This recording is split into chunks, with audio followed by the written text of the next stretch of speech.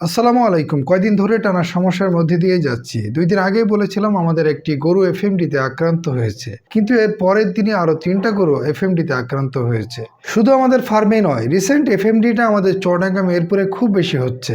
বিশেষ করে হাটের গরুতে প্রবলেমটা বেশি হচ্ছে। তবে আলহামদুলিল্লাহ আমাদের কোনো গরুরই মুখে খাওয়া হয়নি।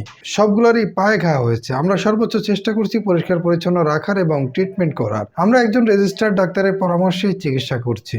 এই ঝামেলার মধ্যে আরো একটি বড় ঝামেলা হচ্ছে ঘাস কাটার মেশিন। অনেকে মেসেজ করে জানতে চেয়েছিলেন, ভাই ঘাস কাটার মেশিনটা কেমন? আসলে কি বলবো, এই মেশিন কেনাই আমার ফার্মিং ক্যারিয়ারের প্রথম ভুল। যদিও এই মেশিনে ঘাস খুব দ্রুত কাটা যায়, কিন্তু এই মেশিনের অনেক সমস্যা আছে। প্রথমত, এই মেশিন দিয়ে খড় ভালোভাবে কাটা যায় না। প্রথম কয়েকদিন খড় কাটা গেলেও ১৫ দিন পর থেকে আমরা কোনোভাবেই এই মেশিন দিয়ে খড় কাটতে পারছি না এবং ঘাস কাটতেও সমস্যা হচ্ছে। ১ মাস না যেতে মেশিনের ব্লেডের ধার প্রায় শেষ হয়ে গেছে।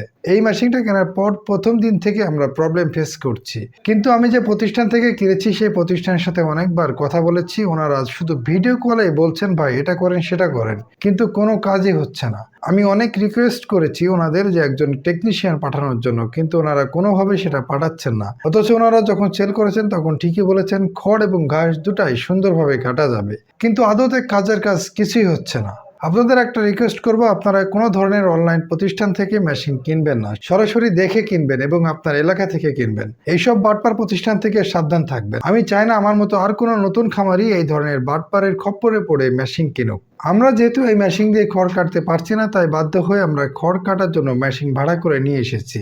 আপনারা এই ধরনের মেশিন কিনতে পারেন। এগুলো আমাদের দেশীয় মেশিন এবং এই মেশিনে নষ্ট হওয়ার মতো তেমন কিছুই নেই। যদি আপনার মোটর পুড়ে না যায় তাহলে আপনি দীর্ঘদিন এই মেশিনে দিয়ে ঘাস কাটতে পারবেন।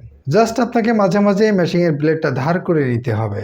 আপনার বাসায় যদি গ্রাইন্ডার মেশিন থাকে তাহলে খুব সহজে ১-২ মিনিটে ধার করে ফেলতে পারবেন।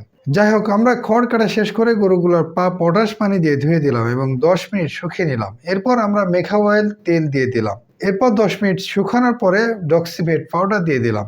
আর বাকি গরুগুলোর ইমিউনিটি সিস্টেম বাড়ানোর জন্য আমরা ডোয়াভিস এবং জিঙ্ক খাওয়াচ্ছি। আপনারা সবাই আমাদের গরুগুলোর জন্য মন থেকে দোয়া করবেন, মহান রব যেন আমাদের গরুগুলোকে দ্রুত সুস্থ করে দেন। আপনারা যারা আমার ভিডিওগুলো নিয়মিত দেখেন তারা আমার ভুলগুলো থেকে শিক্ষা নেওয়ার ট্রাই করবেন এবং আপনি ফার্মিং শুরু করার ক্ষেত্রে এই ধরনের ভুলগুলো এড়িয়ে চলবেন। কেউ ভুল করে ওই ধরনের অনলাইন প্ল্যাটফর্ম থেকে কোনো মেশিন কিনবেন না। দেশীয় মেশিন কেনার চেষ্টা করবেন এবং সরাসরি দেখে কিনবেন। সবাই ভালো থাকবেন, সুস্থ থাকবেন এবং অ্যাগ্রো ভিলেজের জন্য মন থেকে দোয়া করবেন। আল্লাহ হাফেজ।